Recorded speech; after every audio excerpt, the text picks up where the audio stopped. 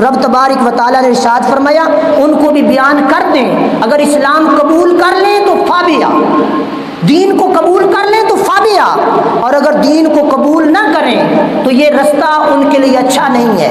آپ بیان فرما دیں انہوں نے اپنا منہ دنیا کی طرف کر لیا اور رب تبارک و تعالیٰ ان لوگوں کو دیکھ رہا ہے، کس وجہ سے وہ ایسا کر رہے ہیں۔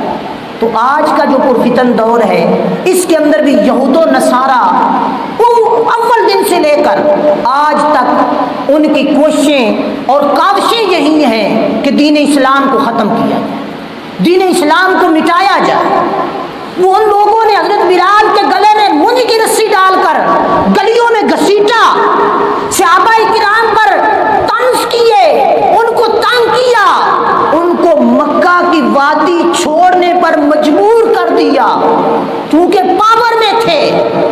لیکن اللہ پاک جل شانہ نے پھر اسلام کو پاور دی، پھر اسلام کو قوت دی۔ پھر وہ وقت آیا رب نے فرمایا محبوب نکلو ان کے مقابلے میں۔ پھر ایک مسلمان کی جرأت اور طاقت یہ تھی، اور کافر بھی جانتے تھے اور آج بھی جانتے ہیں، ایک مسلمان جب رب کی بارگاہ میں میدان عمل میں نکلتا ہے، ایک مسلمان 10 کافروں کے مقابلے میں زیادہ طاقتور ہے۔ ایک مسلمان 10 کافروں کے مقابلے میں زیادہ طاقتور ہے، تو لڑنے کی جرت نہ تھی۔ پھر جب لڑنے کے لیے نکلے 313 کا قلیل لشکر اور بغیر ساز و سامان کے، ادھر 1000 کا لشکر ساز و سامان کے ساتھ لیس۔ دنیا کی تاریخ نے دیکھا کہ 313 لوگ ہزاروں کے ساتھ ٹکرا گئے۔